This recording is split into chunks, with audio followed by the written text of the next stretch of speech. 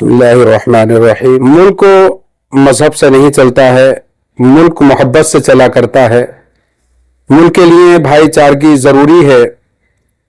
جب یہ ملک غلام تھا تو کسی ایک مذہب میں نہیں بلکہ جتنے بھی مذاہب اس ہندوستان سے محبت کرتے تھے تمام نے اپنی جانوں کو قربان کر کے گوروں کے ہاتھوں سے اس ملک کو آزاد کرایا۔ میں صرف بنگلور یا ہمارے منصور علی خان صاحب بنگلور سینٹرل سے کھڑے ہیں، میں انہی کے لیے نہیں بلکہ یہاں سے مرکزی اہل سنت جامعہ حضرت بلال کے بینر تلے سے میں پورے ملک کو یہ دعوت دینا چاہوں گا کہ ملک کے حالات جس کدار پر آ چکے ہیں، صرف مذہب کو لے کر لڑائی جھگڑے کرانے کے بعد جو ملک کو کمزور کیا جا رہا ہے، اسے ہر پارٹی جانتی ہے، ہر مذہب کے لوگ جانتے ہیں اور پہچانتے ہیں۔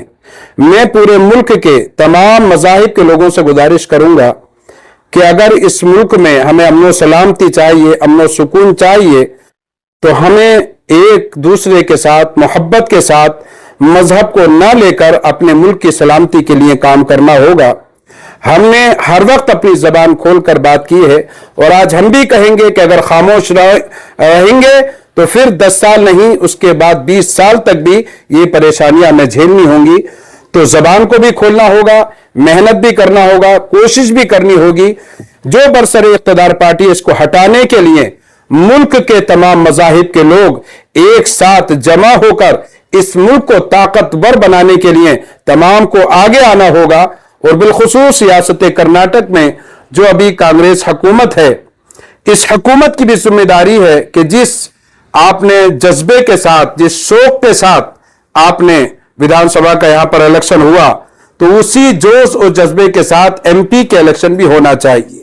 ووٹس کی اس کا جو 4 لاکھ ووٹس کے آس پاس میں آتا ہے مائنورٹیز کے، لیکن 50% سے بھی زیادہ ووٹر گھر سے باہر نکل کے جا کر ووٹ نہیں ڈالتے۔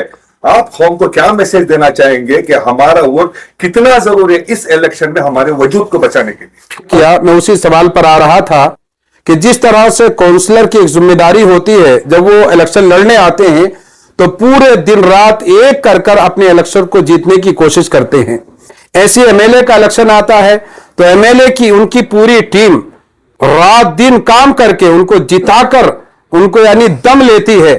تو اسی طریقے سے ایک ایم پی، اس سے ملک چلتا ہے، کونسلر سے ایک محلہ چلتا ہے، ایم ایل اے سے ایک علاقہ چلتا ہے، لیکن ایم پی کی وہ سیٹیں کس سے پورا ملک چلتا ہے۔